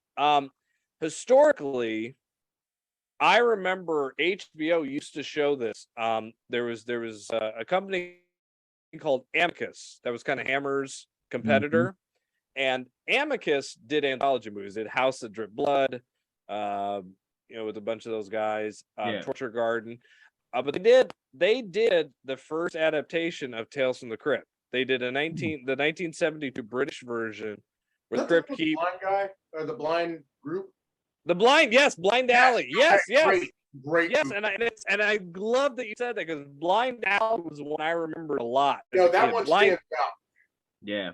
Yeah, it's great. Blind Alley is great. When they box up the guy and his dog, they never feed it, and all of a sudden, boom, Is that the razors? I loved watching that British one because it was like it wasn't the HBO Richard Donner Tales from the Crypt. It wasn't the the HBO boobs and blood. It was the story. It was the actual EC Comics, and so those three, technically four, are ones that I find very, very fascinating that I watch a lot. And I think I did watch a lot for Chilly Willies when we were making it.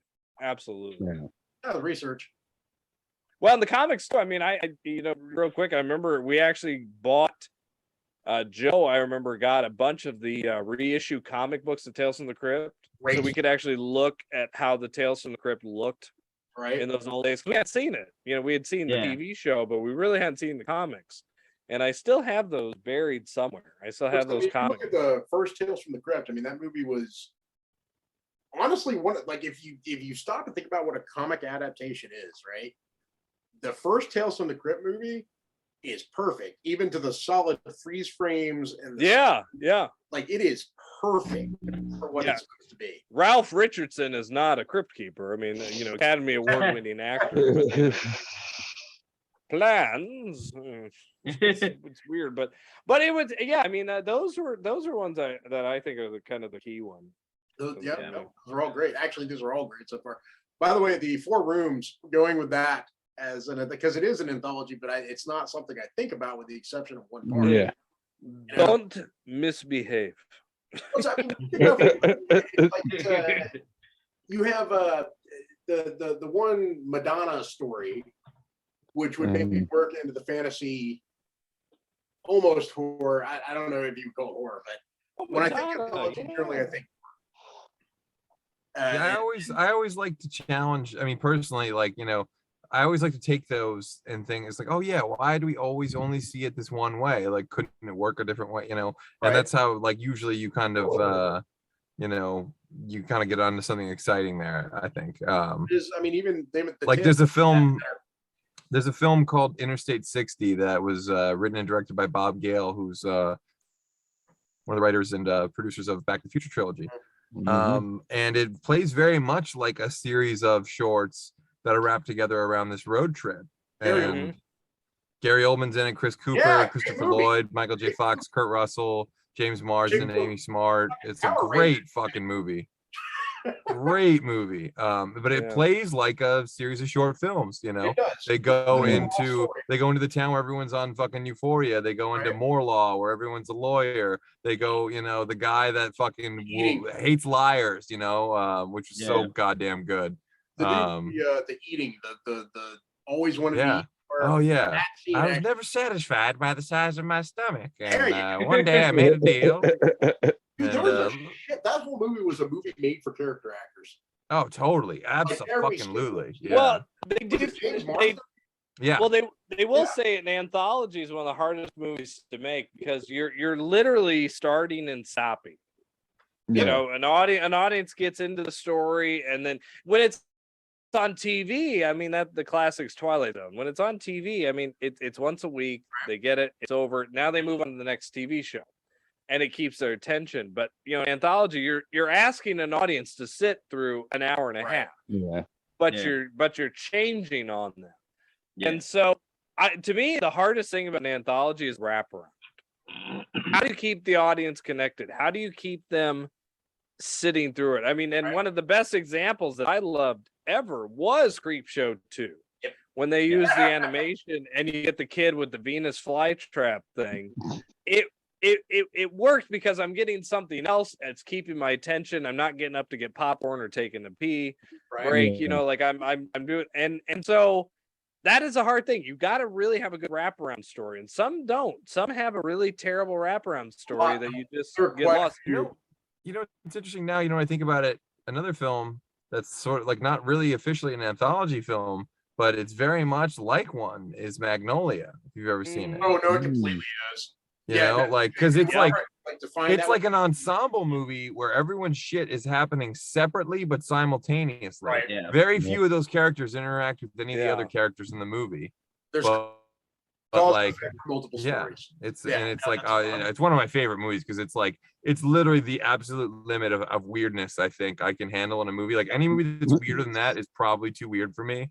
I think you get into like Cloud Atlas territory, which could be looked at similarly as anthological. Obviously there was a Robin Williams anthology movie called Being Human from HBO in the 90s. Fantastic. Yeah, excellent. Fantastic movie. I mean, one of his best performances that just nobody knows. Yeah. If you didn't have HBO, where he's the same character through history. He's, if you didn't have HBO in 1994, you did not know about that movie. That's the only time you ever had a chance to know about it. Yeah. Krager, what about you?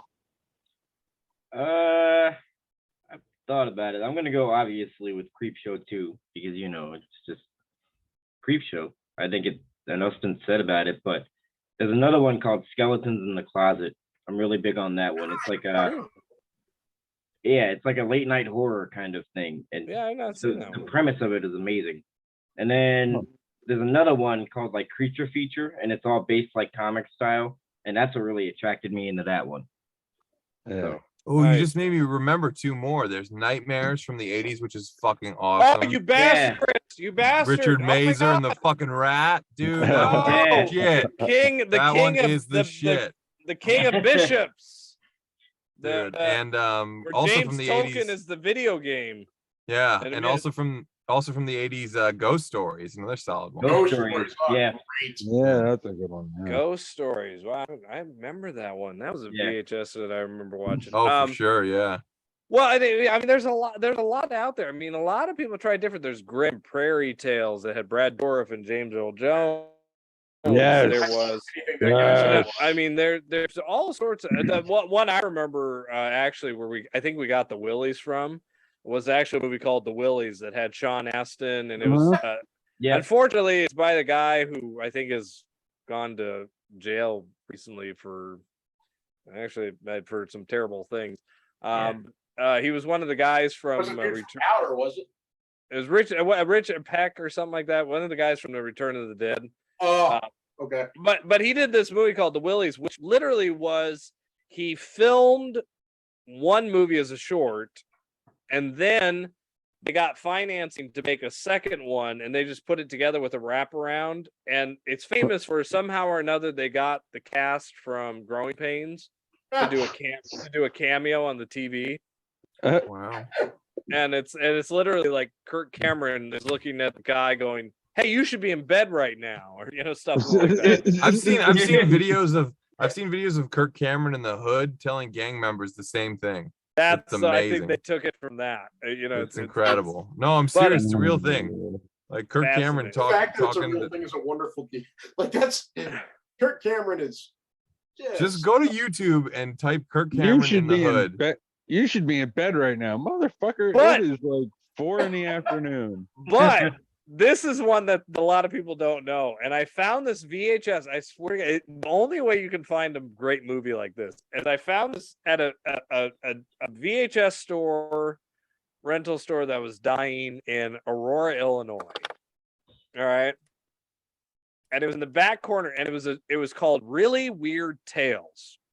And it starred John Candy, Paul Flaherty, Martin Short, and it was like the guy who basically did it's basically like a bunch of the SCTV cast members and like people who produced it.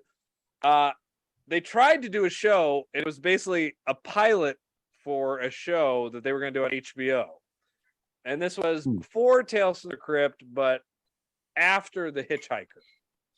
Maybe you remember The Hitchhiker show on HBO. Yes. It was called Really Weird Tales. And it was like they were making fun of the Twilight Zone. Like Paul Flaherty was the host, the count, Rod Serling. Yeah, he was the Rod Serling where he's like, "Hey, there's some really weird stuff. You guys want to see some shit? Here's some shit. Yeah, you should see this." And here comes John Candy. This is weird, isn't it? Yes, this is weird. Weird. You can get it now on DVD. You can find it. It's called Really Weird Tales. But it's great. John Candy is like an alien from outer space. Martin Short is at the Playboy Mansion, and all the girls are robots. It's wonderful. It's wonderful. But it's like there was a lot, and I think the reason they do a lot in horror is because horror can kind of always kind of bring you back in. And I think when you do an anthology and you're having these breaks and you're having these, you're changing the story. If you have that horror element that can kind of grab everybody back in, right? I think that's why it works the best. I mean, it's not always. I mean, the first one that really people talk about is a movie called Dead of Night, from the 1940s, and only one of those episodes really is horror, and it's a story called Ventriloquist Dummy, where this ventriloquist dummy comes alive.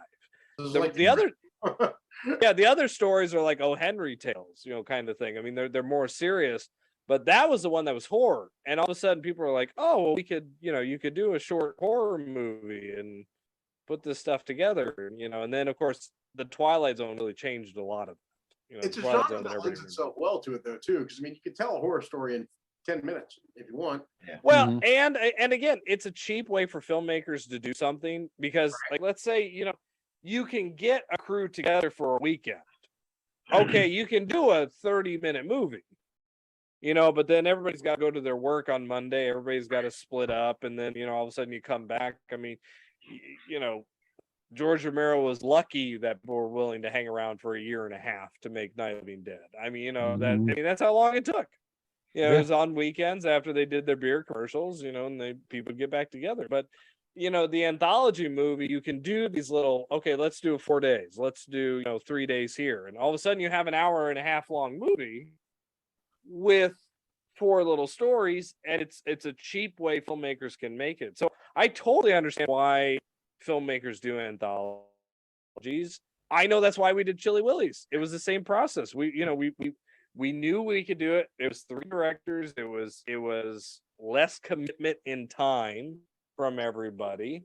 But we had also only done shorts. And so now we can do a couple of shorts, right? And now we have a feature film. It's an understandable process of why Hollywood has these.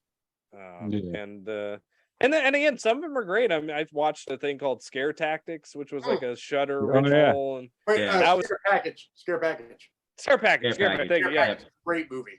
Yeah, it was really good. It was well put together.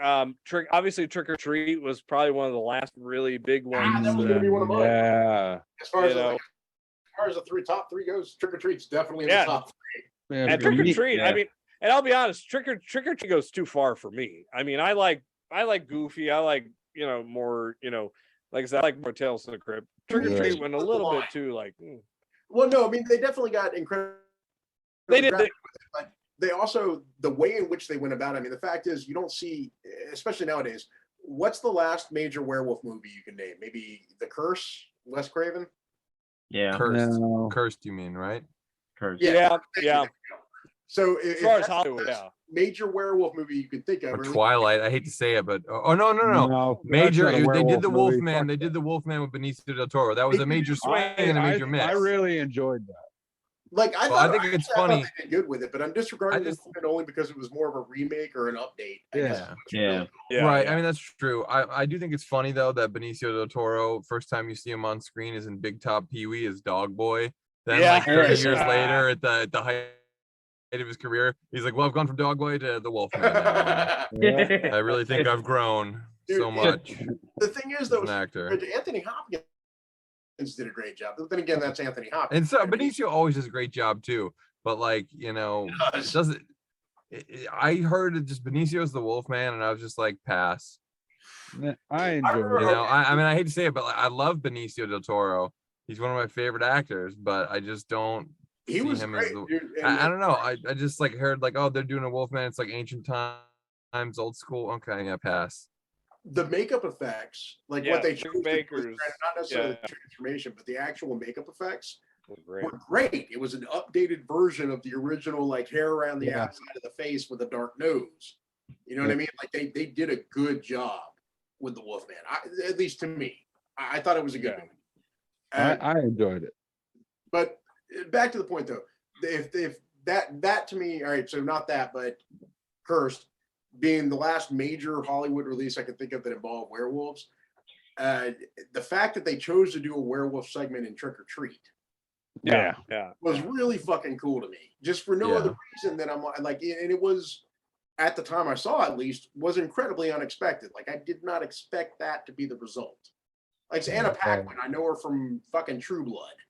You know, what I mean? Like, there's like X-Men and I mean it's the fact that they did what they did. Granted, it is incredibly graphic. It's also like the camera doesn't flinch at several places, whereas I would prefer, as far as horror goes, I like when they use low lighting. I really enjoy the fact that they use blur. I like the fact that a camera will pan away and all you see is a blood spray.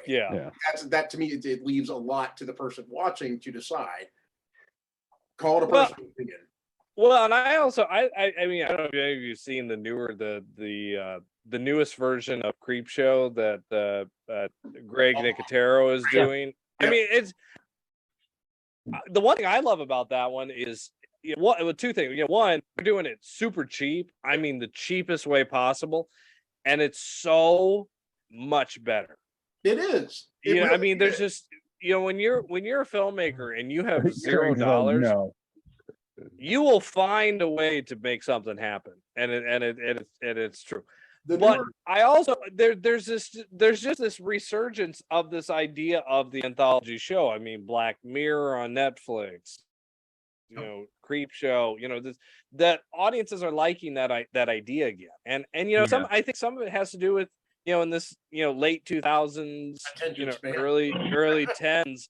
These anthology movies that a lot of filmmakers were doing, the ABCs of Death, XX, a lot of these things were really starting to kind of remember, like, hey, and also like audiences have a short attention span. I mean, the anthology movie actually, to me nowadays, is more helpful. Hey, enjoy this movie. You don't have to watch. You don't have to sit through Dr. Zhivago. You don't have to sit through 8 hours. Like, I don't need character development. I need to know what's happening. Yeah, here's 17 minutes. There you go. Like that's.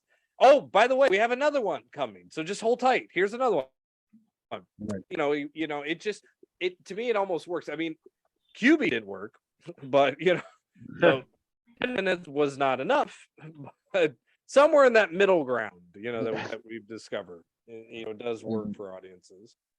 So for me, it would we got to go through these quick because Craig's gotta cut out here soon. But when I tripping, I agree. Yeah, right. I would probably have to say ABCs of Death, which we've talked about off air and on air. Like, it fascinated me. It touched on one of my favorite death subjects, which is the Japanese ritual suicide seppuku. Like, I've always been fascinated by the ritual of it and like why they do it. So it's like, yeah, okay. Creep Show, of course. You can't say a top 3 without mentioning Creep Show. Like, I feel we'd be cheating. You know what I mean? And yeah, I'm fairly new to anthology series, like movies, like shows for sure. Like, I would probably have to say American Horror Stories. Actually, good. Not stories. Stories. Like, each episode is a different story. Yeah, that was really well done. They're making another one. Sweet. I've been waiting because I thought they did really well with that. Yeah. So, but Jason. Yep. So real quick topic. Yeah, clearly Trick or Treat, but the VHS movies, all of them. I gotta give them a fair shake. They're really good. They are not. I even like 94. So all right, 94. If you can watch it without comparing it to the others, it's a great standalone. Yeah, it really is. And quite frankly, there are a couple of parts in VHS 94, like the Robo Battle body part is incredible. The wraparound sucked though. Yeah. The wraparound was horrible. But the other VHS movies, all of them, every single one of them stands up, at least in my opinion. Yeah. So if I'm counting that as one.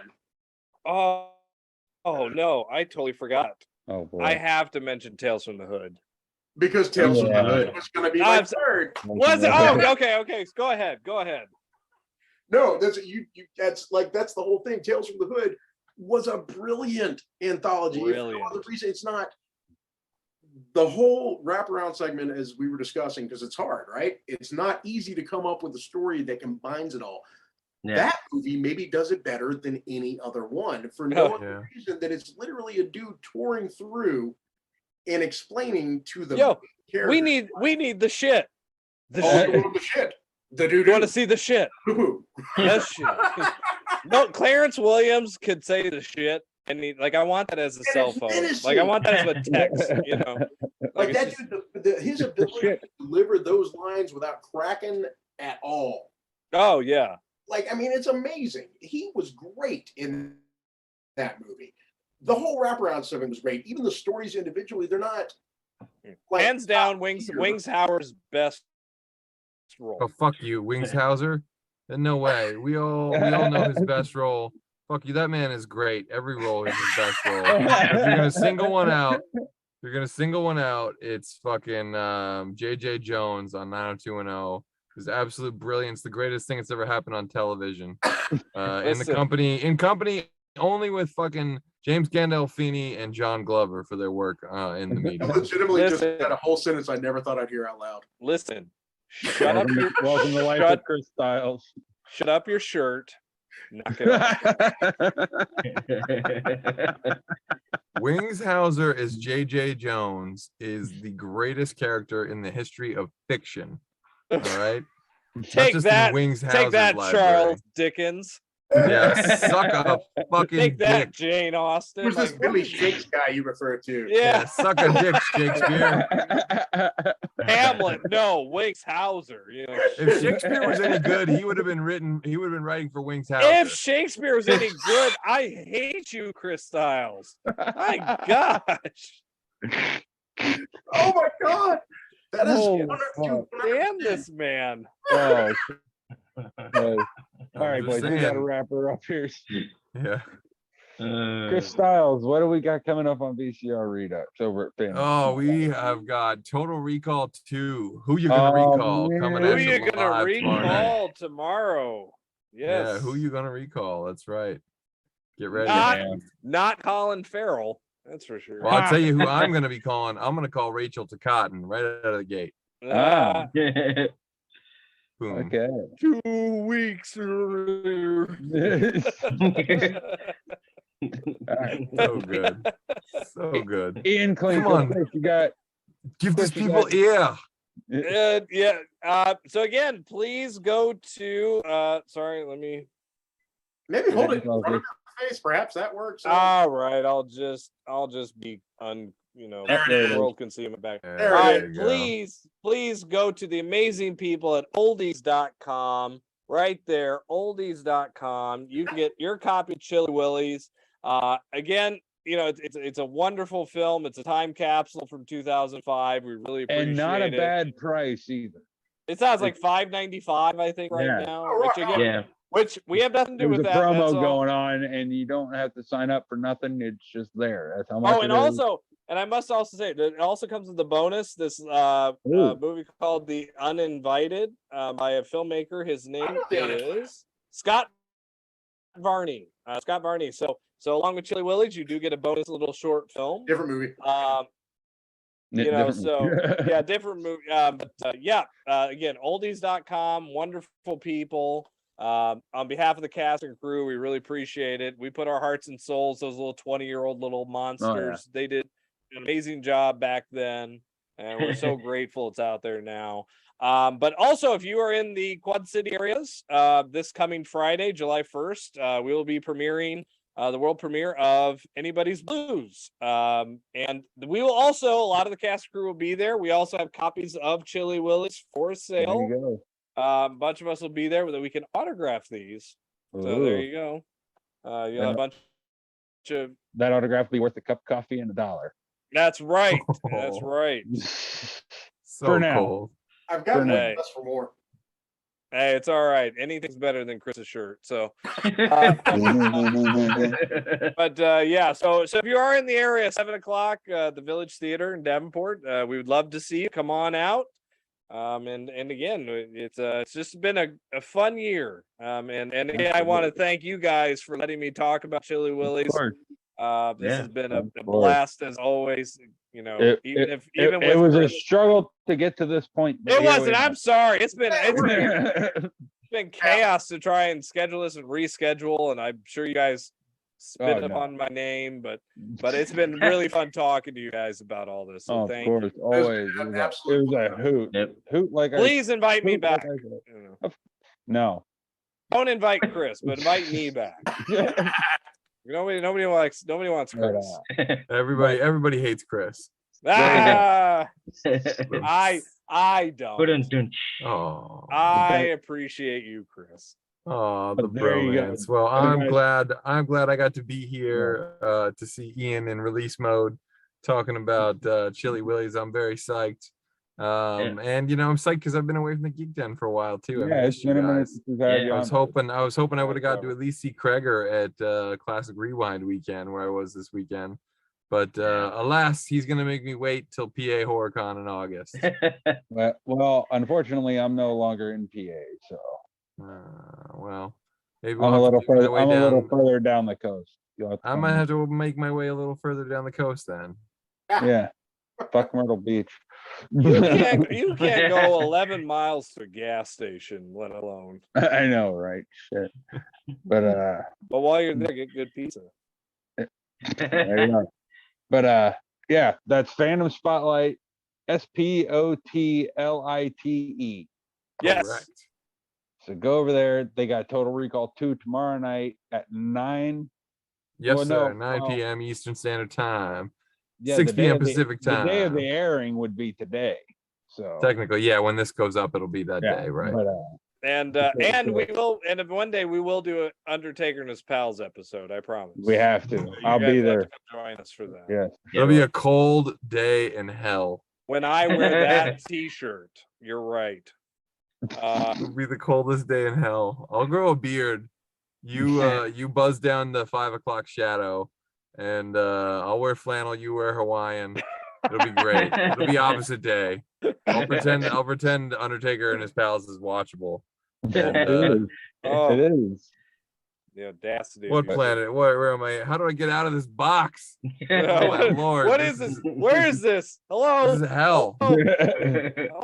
It's purgatory. Asta. I'm busy. They got good shrimp here. That's why I like the punk rock geek then. There you go. Got good shrimp, and you like Hey, carrot. You guys I seriously love my are prawns, great. Thank man. you again. You guys are the best. Thank you guys. Seriously. Incredibly. It's always a pleasure to have you there. And Chris Stiles, like I said, you're like our 5th Beatle, man. Yeah, you're stuck with me. I don't know if that means I'm like Pete Best or I was Billy just gonna Preston. say you're Pete Best, and you I suck. don't know, yeah, well, it could be Billy Preston. Yeah. Or Brian, what's his name? Their manager. Or Yoko Ono. One of the, you can be no. any of those. Do not. Yoko You are not going to insult my man like that, Ian. Think. I just want Chris to just be like number 9. Number 9.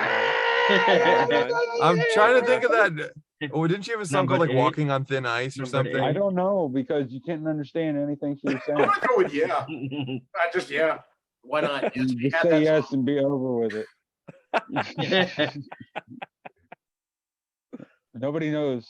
Oh shit. Did any? Okay, who here has ever bought a Yoko Ono like album or? You're Like on lying. purpose? I'm not. I love John Lennon and the Yoko Ono Oh, albums. man. No, okay, I know they're different, but I will give you this.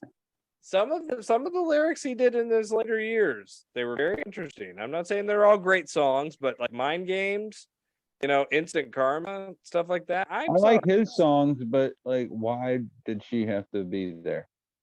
Love, man.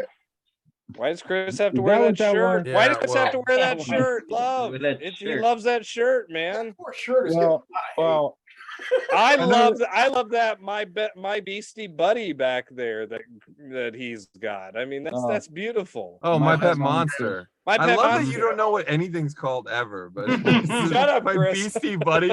You say it with such confidence. You know Like, what? oh yeah, of course. We all know my beastie buddy. I do the flea market version. Yeah.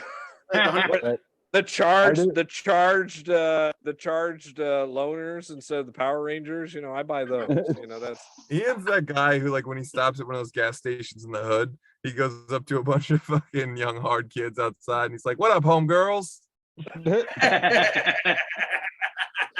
What's In the house. What's up, fellow kids?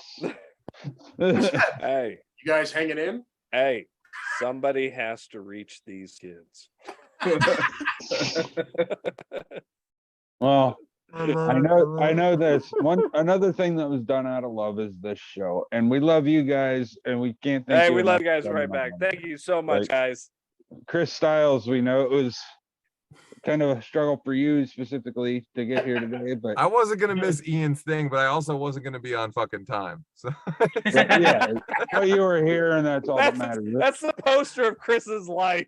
that's the catchphrase. that's so true. Holy God, shit. it's so true. But, oh, gentlemen, thank you so much. We love you guys. Check out Fandom Spotlight. Go buy Chilly Willies, oldies.com. You can buy it there. Yep. One more shameless plug. And then you got Anybody's Blues this Friday night, premiering it where again? Village Theater, Davenport, Iowa. There you are. So anybody in that area, go see this movie and support our buddy. I'm sure there's a little discussion to be had there, interview time, whatever. Yeah, I mean, well, a lot Like of a cast. Q&A or anything? There's like not that? Q. I don't think it's Q&A. I think it would just. I mean, I'll probably stand up there and say a few words, but you know, Right. just come enjoy the movie, y'all. Come laugh, come cry. There you go. Or both. Then yeah, or both. Or both, right at the same time. Laugh till you cry. not Good since word, Jerry, not since Jerry Lewis in a clown outfit. You know. Oh, wow. The day Yeah. the clown died. Great reference. Chris Stiles. apparently in 20 years that we're gonna get that movie released. Oh, apparently. wait, really? Wow. It's in after when he passed away. There's a time vault that movie will come out. I thought it was an Yeah. everything. It will be someday, apparently. Someday. Wow. There we go. We got a lot of stuff to look forward to. No, I literally, I have to see that. That is For real. I have to see that. We gotta I just wanna see keep it. on living, man. We gotta stay alive. But Chris Stiles and And Klink. right as your finger shakes to hit the play button. Yeah. Now, that's exactly what'll happen. That is 100% what'll occur. I'll light a cigarette and pass out. Rated But R. gentlemen, once again, thank you so much for coming on. Thanks again, guys. This has been the Punk Rock Geek Den. Jason Krager, boys, we're back. The Micro Machine Man here, presenting the genuine, original, colossally collectible, most midget miniature replicas of the real things. Micro Machines. Dramatically detailed, stupendously styled, smaller than a nut, this one or this one. And now with a totally terrific town, the new Micro Machine Super City Toolbox playset. Closed, it's a mild mannered toolbox. Open, it's a Micro Machine USA. Cruise your mini Micro Machine vehicles, planes, and boats to the police station, the marina, the mini motorcycle repair shop, the gas station, the construction office, work, the real working drawbridge, highway, passenger ramp, and garage doors. Or take a Micro Machine flying machine in for a landing. Phew, this place has it all. The new Micro Machine Super City Toolbox playset from Galoob. The one and only outrageous original miniatures. Remember, if it doesn't say Micro Machines, it's not the Let's check it out. Introducing the newest WWF wrestling buddies, Big Boss Man and Jake the Snake Roberts. Clunk 'em, plonk 'em. Wrestling buddies want to be your buddy. Hey, buddy, what's going on? Nothing, officer. Body slam! Hey, who's the wise guy? Big Boss Man! Murphy. What's going on? Nothing, Sarge. Big Boss Man and Jake the Snake Roberts, the newest WWF wrestling buddies from Tonga, each sold separately.